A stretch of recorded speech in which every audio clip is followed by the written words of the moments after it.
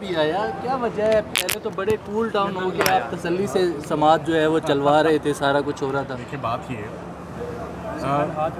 आज कल जब केस एडजर्न हुआ तो आज आखिरी दिन था केस कंक्लूड करने का। सरकार की जानिब से हामिद अली शाह साहब जो हैं वो केस में असिस्ट कर रहे हैं और जज साहिबान ने कल इस बात को क्लियर कर दिया कि कल हम इस केस को कंक्लूड करेंगे और मुझे भी कहा, पाबंद किया कि आपको हम सिर्फ आधा घंटा देंगे कल, तो आज ये केस कंक्लूड हो जाएगा। तो एक जानब तो एक दरख्वास्त आ जाती है कि आज शाह साहब की वालदा की तबीयत अच्छी नहीं है, वी विश हर वेल, हम उनके लिए दुआगो हैं कि वो आज नहीं आ सके। मगर साथ ही साथ में जो आज सरकार की जानिब से जो एक अजीबोगरीब काम था, जिससे मैं भी काफ़ी हैरान हुआ, मुझे तो यकीन ही नहीं आया कि ये काम हो सकता है कि उनकी जानिब से आज दरख्वास्त आई इजाफी शहादत के लिए। किसकी?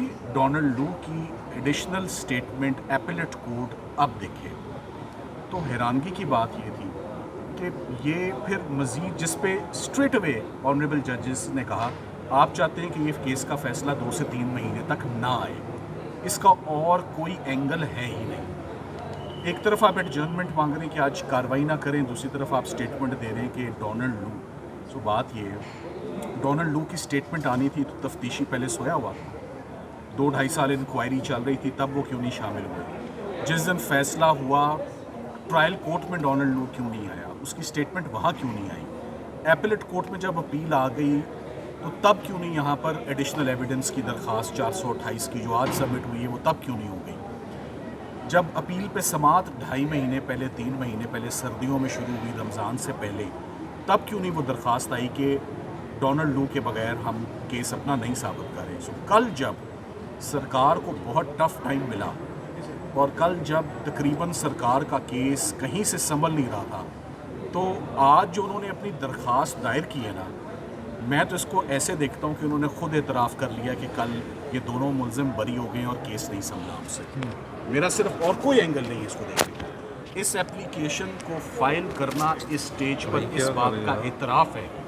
कि हमारे केस में सब्सटेंस नहीं है और एक्विटल होने जा रहा है इस केस में। सो उस एप्लीकेशन को जजेस ने उस पर उन्होंने अपने कंसर्न्स दिए और अपना माइंड भी किसी हद तक दे दिया कि हम इस दरख्वास्त से खुश नहीं हैं कि आप जब केस मुकम्मल होने लगा है तो आज आप ये दरख्वास्त दे रहे हैं। ये कब से आपके इल्म में और आपने इसमें इतनी ताक़ीद क्यों की? और साथ ही साथ में जब उनसे पूछा गया कि फिर कल, तो उन्होंने कहा नहीं, अब इसको आप अगले हफ्ते ले जाइए। सो दैट इज़ जब मैंने अपनी थोड़ी सी नाखुशगवारी का इजहार किया कि हमारे पास एक मुकदमा तो नहीं है बतौर वकील लड़ने के लिए। मुझे तो इमरान खान साहब के केसेस से ही फुर्सत नहीं है। साइफ़र के केस में कितनी असिस्टेंस हमने देनी है, कितनी पेशियां हमने लगानी है, कितनी दफ़ा लाहौर से आना है अपने काम छोड़ने, ज़िंदगी मौत के केसेस लगे होते हैं। ये केस अब सुलझ चुका है, तो इसमें अब मज़ीद फ्रस्ट्रेट नहीं करना चाहिए। एक लिमिट होती है, लिमिट में रह के आप अपने केस को आर्ग्यू करें। ड्रैग करना चाह रहे हैं, लंबा करना चाह रहे हैं, हमें तो आपने रातों रात बाहर निकाल दिया था और केस कंक्लूड कर दिया और अकेले मैदान में आप रहे। सो इधर आपको 1.5 माह हो गया है और तारीख पे तारीख आप ले रहे हैं और उसके बाद भी एक हफ्ते की तारीख और साथ में कह रहे हैं कि अभी हम और शहादतें लाएंगे। सो मिला जुला रिएक्शन था और उस रिएक्शन को मैं अप्रिशिएट करता हूँ कि जजेस ने दुरुस्त तौर पर नोट किया और उन्होंने सख्त हुक्म किया कि ये केस कल ही सुना जाएगा और कल ही निपटाया जाएगा। सो केस कल अगर शाह साहब if he is unable to attend the court because of the illness of his mother tomorrow, तो उन्होंने नकवी साहब को हुक्म दिया है कि वो फिर अदालत की मामलत करें और केस को ख़त्म करें। साथ ही साथ आज जज साहिबान ने 2 वकला को बुलाया जिनको इमरान खान साहब की जगह और शाह महमूद कुरैशी साहब की जगह अपॉइंट किया था। जज अबूसनाद जुल्करनैन ने इमरान खान साहब के वकला को बाहर निकाला। जज साहब बताइएगा, साइफर केस में आज क्या पेशरफ हुई है? सुनने में आ रहा था कि आज फाइनल फैसला आ जाएगा, क्या कुछ हुआ कमरे अदालत में, बताइएगा। बहुत शुक्रिया जी, बड़ी मेहरबानी जी। आज समाअत हुई है और अदालत ने आज अंदिया दे दिया है कि मंगल को जो दलाइल हैं वो मुकम्मल हो जाएंगे और मंगल को इंशाअल्लाह ताला इसमें फिर फ़ैसला महफूज होगा और हम इस्तदा करेंगे कि फ़ैसले महफूज जो लंबे होते हैं वो ना किए जाएँ, उसी दिन ही फ़ैसला सुनाया जाए। आज प्रोसिक्यूटर साहब बार बार इस्तदा कर रहे थे कि ये केस जो है रिमांड का है इसको रिमांड किया जाए, यानी कि ट्रायल ठीक नहीं हुआ। यही प्रोसिक्यूटर जब पहले अदालत में पेश हुए तो एक जगह के ऊपर भी इन्होंने ये नहीं कहा कि ट्रायल ठीक नहीं, उन्होंने कहा जी कि बड़ा ज़बरदस्त ट्रायल हुआ है, क्योंकि रात 12 बजे तक ये प्रोसिक्यूटर मौजूद रहे। अदालत ने आज उन्हें कहा कि ये तो जो है इमरान खान के वकील हैं, वो कह रहे थे कि ट्रायल ठीक नहीं हो रहा, ये तो आपका तो मौक़िफ़ ही नहीं था, आपने तो कहा था कि नहीं बिल्कुल ठीक हुआ है।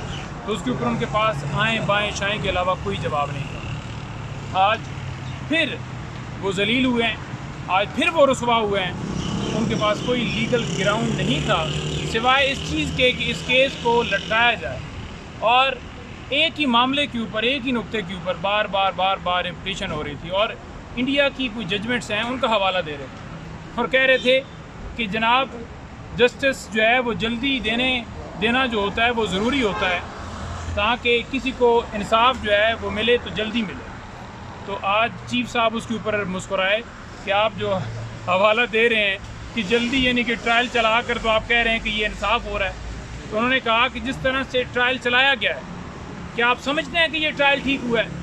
क्योंकि आपको पता है कि इमरान खान साहब को हक़ दिफा नहीं दिया गया, उनको वकील मुकर्रर नहीं करने दिए गए, वकील पेश नहीं हो सके खान साहब की तरफ से।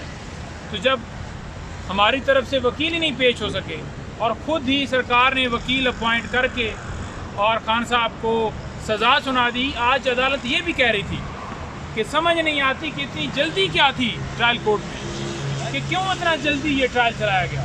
तो इसका भी कोई जवाब नहीं था उनके पास। ये सिर्फ़ और सिर्फ जो मकसद था वो तो कह रहे थे जय साहब, और मैं उसके ऊपर जो है ना वो दिल में ये कह रहा था कि सिर्फ़ और सिर्फ इनका मकसद ये था कि 8 फरवरी से पहले सज़ाएँ सुनाई जाएँ। इसलिए 5 दिनों में 3 फैसले सुनाए गए कि 5 दिनों में 3 फैसले सुनाकर लोगों में मायूसी पैदा की जाए, खान का वोट बैंक कम हो, खान को लोग वोट ना दें कि वो तो जेल से बाहर ही नहीं आ रहा। लेकिन आपने देखा अल्हम्दुलिल्लाह जिस तरह इमरान खान हो गई, ये सारे इनके जितने प्लान थे वो नाकाम हो गए। और मैं ये देख रहा हूँ कि जैसे 29 तारीख के लिए इद्दत केस का फ़ैसला महफूज है कि 29 को सुनाया जाएगा, तो मंगल को हम उम्मीद रखते हैं कि इंशाल्लाह मंगल को ये फ़ैसला सुनाया जाएगा। और जो ही फ़ैसला सुनाया जाएगा तो मेरा ख़्याल में फिर ये जो दोनों सज़ाएं हैं ये ख़त्म होनी चाहिए।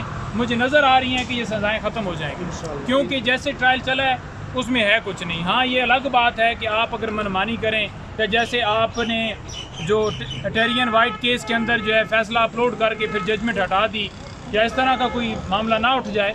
अदरवाइज़ मेरिट के ऊपर फ़ैसला हो तो खान साहब की दोनों मुकदमात में सज़ाएँ ख़त्म हो जाएंगी। बहुत बहुत शुक्रिया sir, thank you sir. Naveed